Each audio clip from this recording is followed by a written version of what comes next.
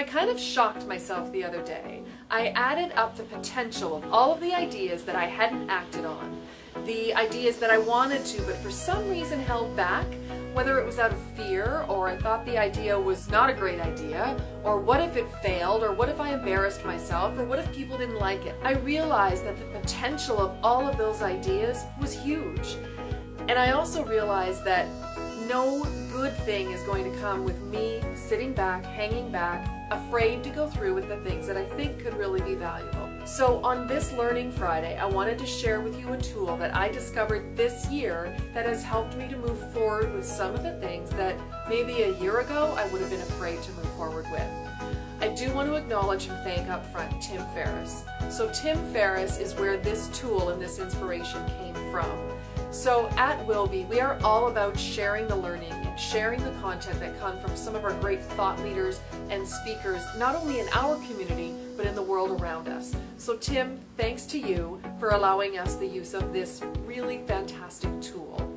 So this tool for helping me get through some of the fears and hopefully will help you is called fear setting. So we're used to goal setting. We're used to SMART goal setting and writing down those goals and making sure they're specific and measurable, achievable, and all of that. This is actually allowing you to let your imagination go wild and imagine the worst. So let's share with you a little bit about how it works. Imagine you have a goal, and it could be a vacation, or you want to go back and do your MBA or your PhD, whatever that is. On a sheet of paper, write that goal along the top. You're going to turn your page lengthwise. And then underneath the goal, you're going to write what if. And here's where your brain can start to go to work. You can start to imagine all of the possible things that could go wrong with your idea. So let's take, for me, I want to do a vacation to Kenya. I want to bring my family, and I want to get right in the community, and I want to take that vacation to Kenya. So that's the example we're going to work through with this tool. Underneath your goal and underneath what if, you're going to have 3 words in 3 columns. The first one is define, the second one is prevent, and the third one is fix. So under define, you're going to define everything that could possibly go wrong with that idea, or that could fail about that idea.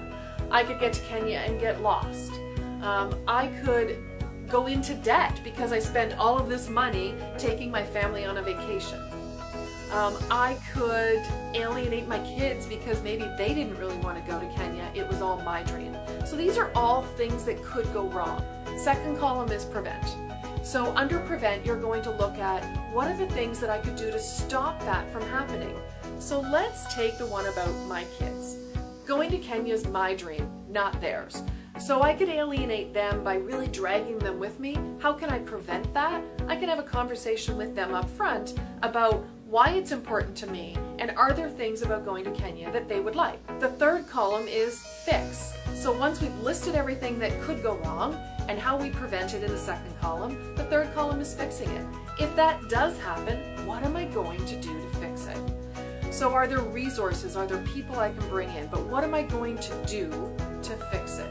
So you can see by using this tool, super simple, but your brain is already being used to really start to work your way through it. You're already in problem-solving mode.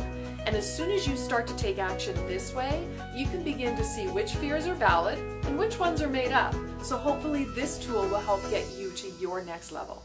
See you next week.